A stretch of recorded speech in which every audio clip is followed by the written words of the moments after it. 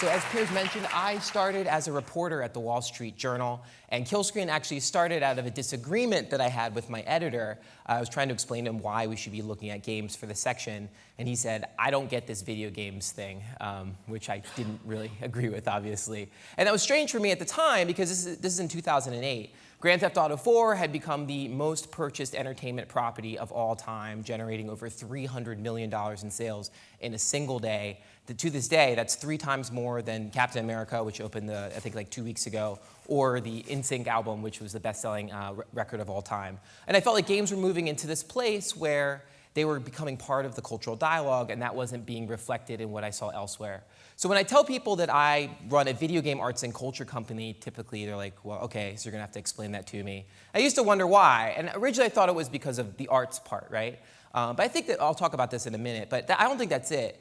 I think it's the culture part. I don't think we have a conception for what video games as a culture looks like. We have that for design, we have that for music, we certainly have that for film, but with gamer culture, we don't necessarily have something that's very concrete. So when people ask me about, like, what's the future of games, I don't think it's technology. I think it's culture. In large part because we don't really have a way to talk about it. And that's why I'm really excited about the Oculus Rift. How many of you have tried the Oculus Rift before? Yeah, it's a pretty cool device. For those of you who haven't, quick story, it was developed by a Southern Californian teenager named Palmer Luckey, who cobbled together some off-the-shelf parts, took it to Kickstarter, raised $2 million, and like all great fairy tales, ended with a $2 billion acquisition to a large multinational company. So for me, that got me thinking about, if you've been watching games for a while, Palmer Luckey was a gamer, I felt like this was a great time to talk about how games should be your R&D department. Games are desire-based use cases for technology. They've been there since the days of 3D technology in the 80s and 90s, up through Kinect hacking. So if you're watching games, you're really taking a look at what the future holds. So how do you go about trying to harness that? How do you go about trying to think about that in your practical everyday lives? There's a picture of George Simmel, who's a cultural sociologist. He did that before that term even existed. And he says that culture is comprised of 3 different parts. Culture's ways of thinking, ways of acting, and ways of using objects. But just for parallelism's sake, I made objecting, so please forgive me. So how are games shaping our thinking? So a lot of you have probably heard of the lean startup methodology, which was created in 2008. It's a process of iteration and product development where you try and get something to a minimum viable product. But if you've been watching games, you would know that in 2005, 2 Carnegie Mellon students actually developed a very similar methodology for creating games called rapid prototyping. I'm not saying that Eric Ries cribbed this from these 2 other guys, but Eric did make games when he was younger. So what I am suggesting is that that process of creating games heavily influenced his thought process when he was creating the lean startup. I can ask him, I guess, next time I see him or something like that. But those 2 guys who created those games, they did fine for themselves. They created a game called World of Goo, which ended up selling 1 million different units. But you don't get to a place where you can appreciate games unless you think of games as a system of design, not a one-size-fits-all solution. That's my big issue with gamification, which is something for a separate time. How do games shift our acting, the way that we act? If you go to the Whitney Biennial right now, there's an artist named Diego Lettery who's sitting outside for 7 to 8 hours a day playing Civilization, which is an old PC game. This is part of the Biennial.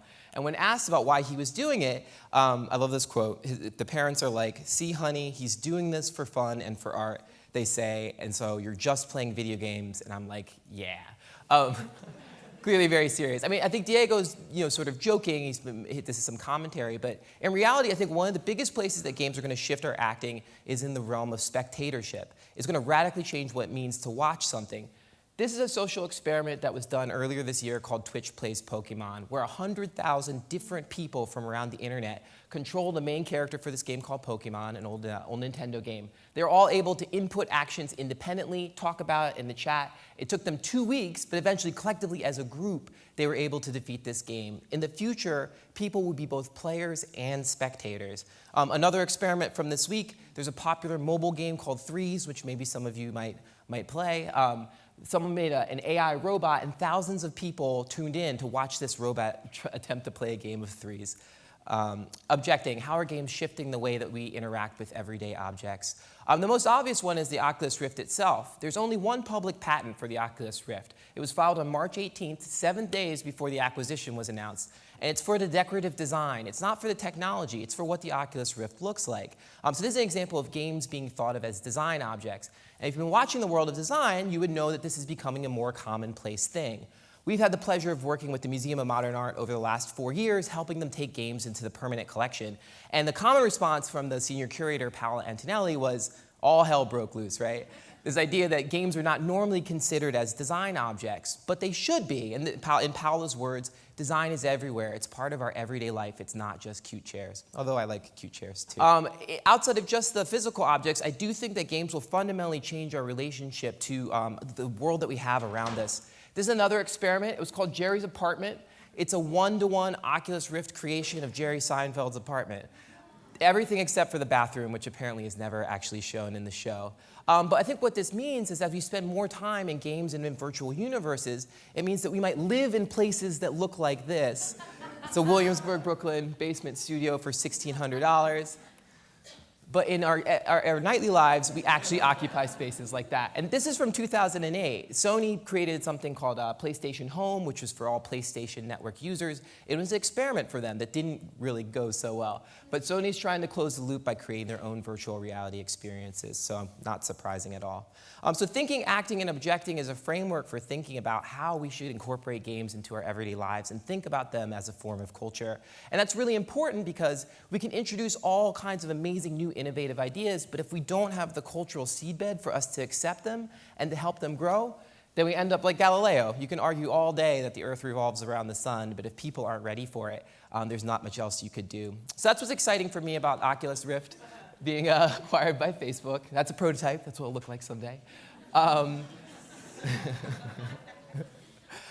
what's exciting for me is that Facebook is serving as an ambassador of this new technology to the outside world. And I think that Mark Zuckerberg recognizes that games are an end and not a means, and that you end up with these amazing technologies, such as what Palmer Luckey says, that he wouldn't have even explored virtual reality unless he had been a game player.